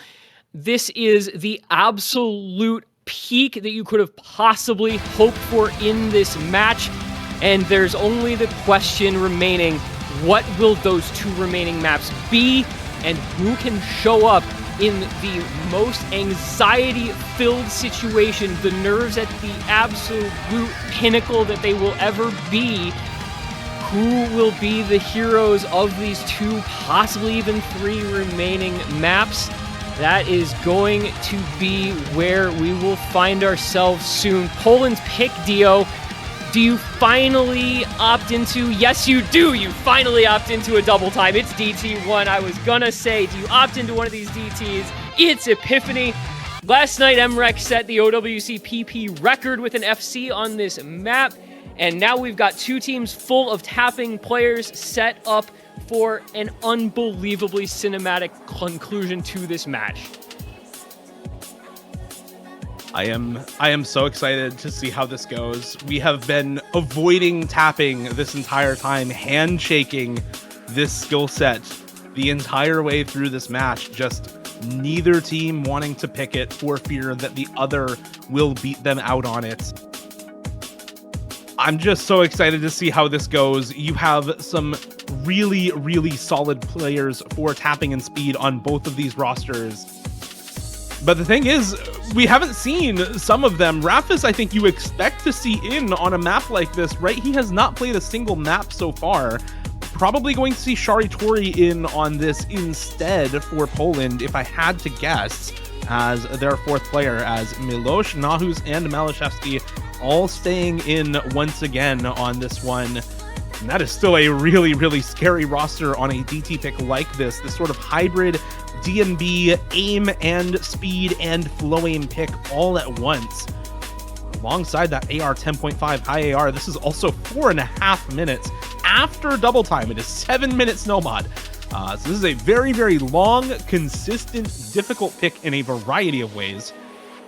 United States, you're looking at probably Rectagon, you're looking at probably Taquito, you're looking at probably Window Life, looking at probably Pez on this map. Waiting on Rectagon probably as their last member here, and there's another very scary roster on the right side of the screen for the United States on this speed pick. I mean, this is not an easy map by any means, but I look at all of these players and I think, yeah, every single one of these players in this lobby right now could put up a really, really good score on a map like this. Taquito, traditionally thought of as a hidden and tech player, has for the last multiple years in a row really been grinding the speed, and he has blossomed into someone who is incredibly good at this style of map in particular. So this is a scary pick for anyone in this lobby right now. Rafis, Nahus, Milosh, and Malashevsky versus Rectagon, Window Life, Taquito, and Pez. Poland's last pick in the DT1, the first speed map we have seen all match long. They stake match point on this DT1.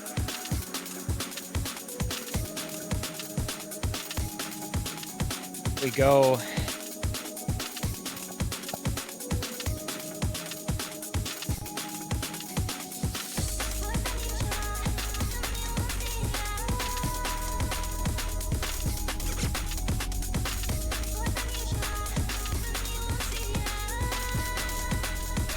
So very early, a couple of misses actually for Rafis. First map of the match for him. Can't help but be a little concerned. He may have some nerves coming into this map. Another early miss for Window Life and Nahus, followed by another miss for Rafis. So 3 full combos for the United States after the intro section is over. Rectagon, Taquito, Pez versus Milosh and Malashevsky. Who can hold their nerve? That's what this map has come down to. We've seen shakes, we've seen struggles, we've seen difficulties. You hold those FCs, 1,000, 12, 1,400, 1,500 combo. It's just the nerve. As we go back in, it's only a quarter of the way through. This map is just so long, and it's so long in such a different way. We go back-to-back in very lengthy maps with totally different hype levels. There go Taquito and Pez, and with 800 combo on both Malashevsky and Milosh, that double FC versus single FC on Rectagon is going to be meaningful. But that's all the combo that Poland has. So it's Rectagon, recovery combo of Window Life, and we'll see what Taquito and Pez can recover as Nahus and Refus try to do the same thing. The score is just sitting in the middle there. It's moving ever so slowly the way of Poland. Another miss for Refus is going to even things out, I think. Maybe bring it over to the US. There goes Taquito. Only about 300 combo dropped for the United States there, though. It's not one of those big combos. Rectagon and Window Life with those big combos for the United States. Pez helping to keep things pretty even against that double FC from Milosh and Malashevsky on the bottom row. Another miss comes through for Refus. Despite the shakes, despite the consistent misses for Refus, he is keeping that accuracy up, which is at least keeping that score somewhat even with these bottom scores for the United States. It's once again just the bottom scores giving the extra score for the United States. 270k, 280k there for Taquito and Pez, over the 260k and 220k for Nahus and Refus. But the double FC for Poland is keeping them out ahead just barely. I mean, less than 25k, Aaron. This is really, really cool. Look at the ending. Oh, there. Misses during the slow section, and now full combo down for Poland. In the United States, Rectagon matching Malashevsky. Window Life, uncontested, 1100 combo. Nahus, yes, has about 700, but it's matched by Pez on the opposite side for the United States, and Window Life now is just bringing the score lead right back over to the United States. How long can they hold? This is danger now for Poland on this pick. Malashevsky must hold on. Nahus must hold on. Rectagon matching Window Life and Taquito on those big combos. Yes, Pez fell. There goes Rectagon, though. FC down. Taquito down as well. And now it is Malashevsky with the FC. Nahus with the near 1,000 combo. Window Life, all that's left standing for the United States. And he falls as well. And now it's Poland off to the races. The score lead goes back the other way. Shades of Friday Night Canada, South Korea, where everyone struggled in the ending. But look what Poland is doing. They have Malashevsky still standing on the FC. Nahus Refus breaking be damned. It's Malashevsky, the hero of Poland, to bring this train into the station on the DT1 pick to try to give Poland the only match point that either team will see. And it is up to 170k by the time he finally falls, but it's job done for the greatest tournament player in this match. A top 2 tournament player in the world has done his duty once more, and it will be Poland taking the 6-5 lead. The match point will be going into the United States' final pick of this match. What a scenario, what a setting, what cinema we have on our hands from the jaws, the claws of defeat. You just never knew which way it was going to go, but Malashevsky said, I am the director of this particular show, and I am going to lead us to victory, and Poland will have one match point and one match point only.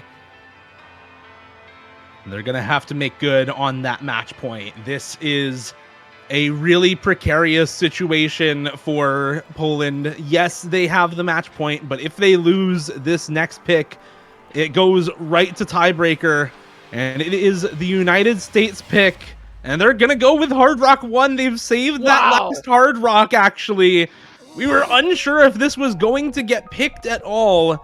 There's been a lot of talk from the players about potentially not wanting to see this map, potentially not wanting to play this map, but here it is for the United States. 2 out of 2 Hard Rocks have gone their way, and they're going to try for 3 out of 3 on Kagare Nakayume by Azriel, custom mapped by Beom-san. This is a less straightforward Hard Rock aim pick. Very aim control, kick slider, jump focused, with a lot of kind of extras going on in this map as compared to what you might think of when you hear this song, the old Loved sets by Setia, with big jumps and a big stream spike. This one much more consistent in difficulty throughout, with a lot more modern of a mapping take, inspired by a lot of modern Korean mappers. Of course, Beom-san also one of those modern Korean mappers. It's a really, really tricky pick that is both consistent in difficulty and not super straightforward for an aim map. And I think that's good for a team that wants to abuse their strength on a particular mod. You don't want it to be a super straightforward pick, right? If you're that much better on the mod overall, you want it to be a map that is not all that accessible to people who aren't good at Hard Rock. So something like this that's not quite as straightforward, I think, is a really, really solid pick for the United States. And, I mean, Aaron, we have to address the elephant in the room, right? If USA wins this, they get to tiebreaker. They're hoping to win this match through the tiebreaker. Poland hoping to close this out before we get to that tiebreaker scenario. Take the breakpoint here on Hard Rock and on Hard Rock 1 and send the United States packing to that losers bracket final against Australia. That's the stakes here. We haven't talked all that much about it. The winner of this is guaranteed top 2, also guaranteed winner's bracket advantage in the actual grand finals, the match that is truly for all the marbles. Having that extra winner's bracket advantage is very, very important there in that match. But even more important potentially is not having to face off against Australia. MREC Box on that grand finals pool is a deadly combination of players you do not want to face off against. You do not want to risk losing this tournament third place rather than just being guaranteed top 2 on the podium with a win here. Huge stakes in this map and every other one going forward for both of these teams. If the United States win this, they get to tiebreaker and have the opportunity to keep their top 2 guaranteed hopes alive and break into the winners bracket grand finals. If Poland win this, they deny them that opportunity and claim that guaranteed top 2 spot and winners bracket advantage for themselves into the Hard Rock 1. Milosz, Nahus, Shari Tori, and Malashevsky in for Poland to try to take that breakpoint. Some early misses there for Nahus and Shari Tori. Decaton, Window Life, Pez, and Rectigon in for the United States. Some very, very early misses from Pez, alongside some other early misses for Decaton and Window Life to start things off. What a path to take through the late stages of this match.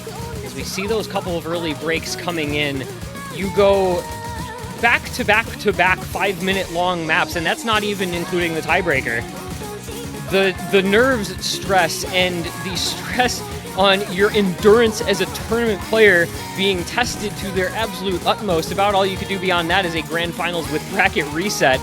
This is a pretty crazy amount of Osu to be playing at this level of nerves, at this level of competition, and you can maybe see some shakes here and there affecting some players, right? Milosz and Nahus breaking, Shari Tori to fall, as well as Window Life and Pez. Guess who's holding the lone FC for Poland, of course? Rectigon, of course, the one from the United States matching. It's like we just rewrite the same story time and time again. The only difference is what the outcome might end up being. You go back to 2017, you see Poland taking out the United States in the winners bracket final on a tiebreaker, looking to do one map better here today as Rectigon drops that remaining FC for the United States. The lead in their favor by a small margin thanks to all the rest of the combo. But Malashevsky on the FC, because of course he is. Who else would it be? If you're gonna try to bring this one home, you want Malashevsky to be the one to do it. And Decaton falling next to the United States means that even with that Shari Tori break, Poland should be able to bring this gap over, although that is a big chain miss, that is some score dropped. There goes Nahus as well.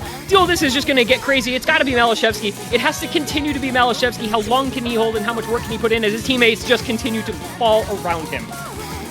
It's just the FC for Malashevsky, and it is a sea of combos for the United States. Window Life, Pez, Rectigon, Decaton, all holding, and there goes Malashevsky. No. They were basically matching the FC with their powers combined, and the power of friendship holding them on in this Hard Rock 1. Misses all over the place for everyone. One by one they fall, but one by one they build back up. And that build-up is what gives them the score lead here by nearly 100k. Another miss for Decaton here.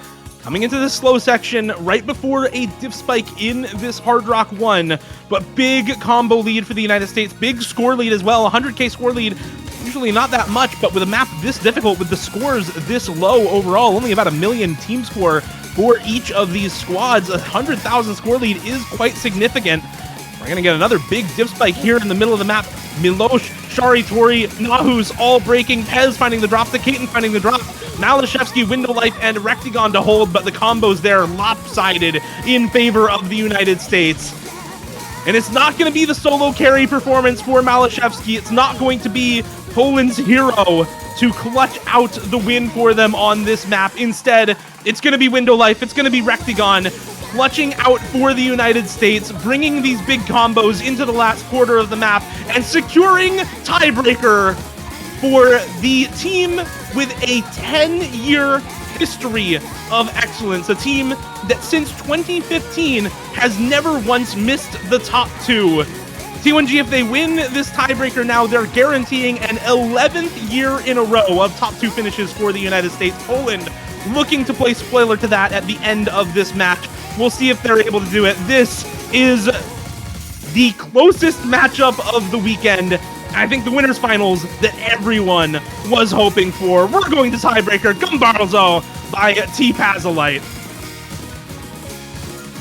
And what more could you possibly ask for?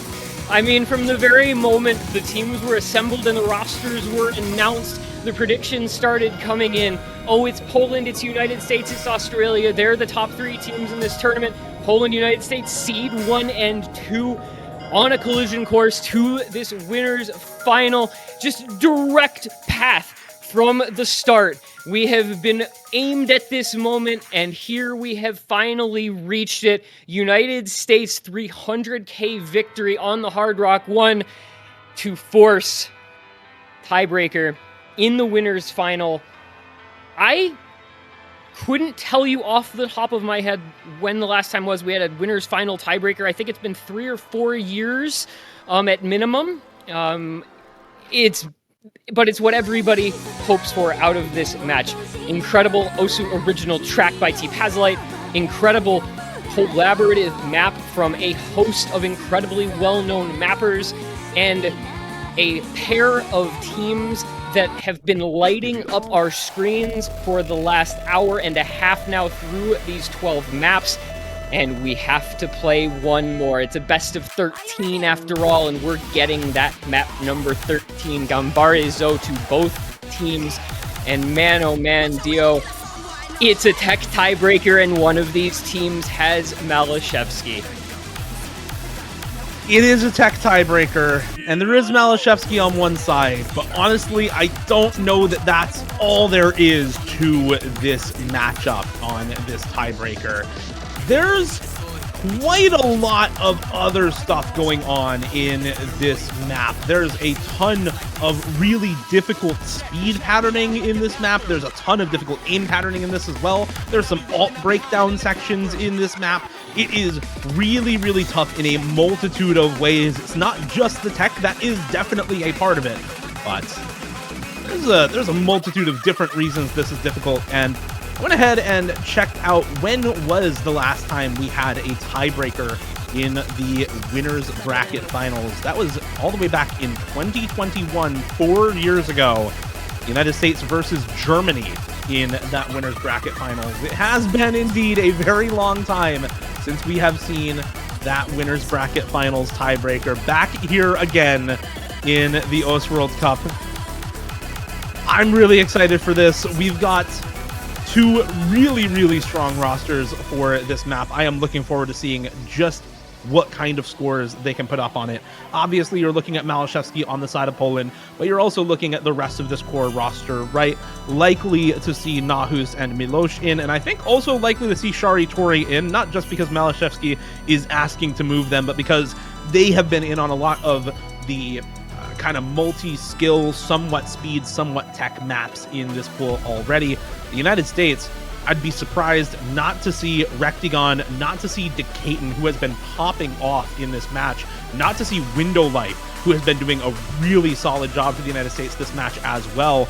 As for the 4th player, I mean, I think you're probably looking at Taquito, but it really could be any number of players on this team. So much at this stage, I feel, just comes down to in the moment. You've played 12 maps. You know everything there is to know about what your team is capable of, how everyone on the team is feeling on the day. Really, all that's left is to just try to calm the nerves as best you can and get on with it. you just plunge forward into that unknown depths in front of you of the tiebreaker that's 6 minutes long, and you just hope that you come out on top on the other side. There is a little more to it than that at this stage of things. We're less relying on raw data, on statistics. We're just going for pure, in-the-moment joy in playing and excitement in playing and viewing, and that is really about all there is going to be to it. And I have to hesitate to think that either Caleb or Ethan is going to be in for this, hanging out in the lobby during this timeout while everyone is maybe looking at parts of the map and getting themselves mentally and physically prepared. Oh man, it's a collective deep breath for the 8 players in the lobby, for us in the booth, for the 10,000 people watching, because it is not going to let up once this gets going until we have a winner of this match and somebody onward into the top 2 of the tournament. And it looks like there we go. Roster's set for both of these teams. Not going to be Shari Tori, going to be Shedis instead.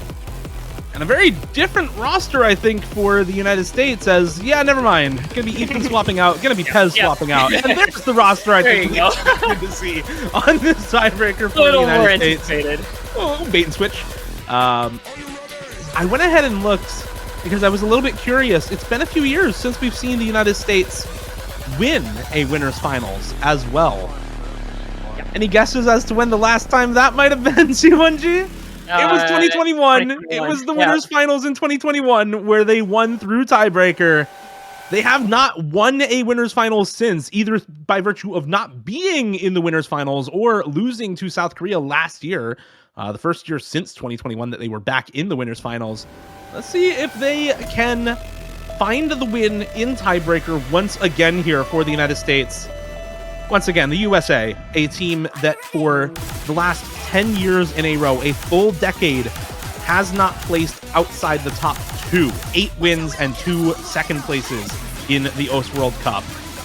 If Poland win this match here, they send the United States to the losers bracket finals, where that 10-year streak of top 2 finishes is at risk once again against Australia in that losers bracket finals. Here we go. It's Gumbazo by T-Pazolite, the tiebreaker between the number 1 and number 2 seeds in the tournament in winners finals, Poland versus the United States. Milosz, Nahus, Shedis, and Malashevsky for Poland. Just some early misses there for Milosz so far. Takedo, Rectagon, Window Life, Decaton for the United States. Some early misses for Rectagon and Window Life, but the score lead ever so slightly in the USA's favor off the accuracy for now. And for now is really the operative phrase there, as you see the breaks to come from Takedo and Rectagon on those back and forth sliders. That'll give the advantage over to Poland. Again, for now, for the moment. It's 6 minutes. It's a long one. Nothing is going to be set in stone for quite some time. But as you see breaks kind of piling up, you wonder how things are going to go the rest of the way. Takedo notably on that preference hidden mod. We know he's a hidden player. The risk is there. Window Life the next to fall as well. It is down to just Decaton with the FC. Meanwhile, Poland, they've got Malashevsky, Shedis, and Nahus with Milosz on a solid recovery combo. This map is starting off pretty dang well for Poland, if I do say so myself. 54k the lead, but a pretty sizable combo advantage going their way through 1/4 of the map. 25% of the way through, several minutes still to go. Let's see how long they can hold. Let's see what kind of lead they can build. And it's early days, but this is a little concerning for me because this map has some really unhittable sections near the end. Luckily for Milosz, that miss doesn't matter all that much. That's a rather unfortunate slider break, but there's some really unhittable sections of this map. When we get to some of the really tricky tech sections and the alt sections later on in this map, this goes from hard to impossible, and these early misses for the United States dropping these big combos is not what you want to see when you know those sections are coming up. Poland still with now just 1 full combo on Nahus. Reverse choke from Shedis, now not a reverse choke as well. Finds the break there. Malashevsky down. That full combo over. but there's not that big of a combo lead, and Decayton drops the one remaining FC for the United States as well. It's now just Window Life with combo for the US. Nahu's with that FC still intact for Poland, and yeah, there's not much combo basically anywhere else on Poland, but unfortunately for the US, it's still combo deficit for them. Nahu's still holding on to this FC. There goes Nahus though. Window Life and Rectigon both still holding as they start to bring this back, but Window Life now dropping during this first ridiculous tech section. This is the first of those really tough sections that I was talking about. You can see the ramp up in difficulty in this section as these sliders just do not stop. It is so tough to be consistent on this, and the buildup of combo for Poland has really taken this United States roster a bit by surprise. Big combo on Milosh, big combo on Malashevsky, Shedis, all still holding these big combos into this breakdown section, and these sliders can be really tough to deal with. Everyone on the USA breaking besides Rectigon, and Poland, 3 members holding. This is building and building in their favor. They finally find the 4-way reset, but so too does the United States. And that is the problem with those early combo breaks for the United States, is you come up halfway into the map and this section hits and everyone falls. It's the 8-way reset into this moment of the map, and that works in Poland's favor. 150k their way. More breaks to come. Let's see if Rectigon and Window Life can build up, and the answer is quickly going to be an emphatic no. So many, as you said, unhittable patterns strewn throughout the back half of this map, and just watch the players fail to build up combo anywhere. You get a lead your way in the first half of this map, and it almost feels over already. It's 170k with a quarter to go, but where is the United States possibly going to find that score? Poland's work was done in the first 2-3 minutes of this map. The United States is on a hope and a prayer at this stage because they simply don't have the opportunities to bring it back with this long, quiet part. You're building up combo as best you can, but look at the amount of score that would have to come back. It's looking like it's not going to be nearly enough time, nearly enough combo, and Poland, they're going to harken back to 2017 because this is exactly what happened there. History is writing over itself. Time is a flat circle. Winners final 2017, Poland against United States. On tiebreaker, Poland wins. 2025, we find ourselves in the same setting. Poland, United States, winners bracket final, all the way to tiebreaker. 150k into the last moment. I think it's about all done here. Rectigon, Decayton, Window Life doing what they can into the ending. Even with these combos for Rectigon and Decayton, it just does not seem like it's going to be enough. There are more misses coming through from Poland, but 120k at this stage of a tiebreaker is just too much to bear. And indeed, the ending will be too much to bear for the United States. Rectigon and Decayton finding those drops, and it is a harken back to 2017, but it is also a modern twist on it. The 2 players top scoring the tiebreaker, also the 2 players expected to do wonders for Poland this year. Malashevsky with the top score on the tiebreaker, a modern marvel for Poland, not just in the OS World Cup, but in tournaments in general, along with Nahu's 400k, the only other 400k score in this lobby. Those 2 helping keep Poland ahead in this tiebreaker and keeping the USA's winners finals loss streak now intact. They will not repeat their tiebreaker win from 2021. Instead, it will be a repeat for Poland 2017. Back again in the winners finals for Poland, back to the tiebreaker for Poland, and back to the grand finals through winners bracket for Team Poland. The number 1 seed in the OS World Cup 2025 makes it to the grand finals.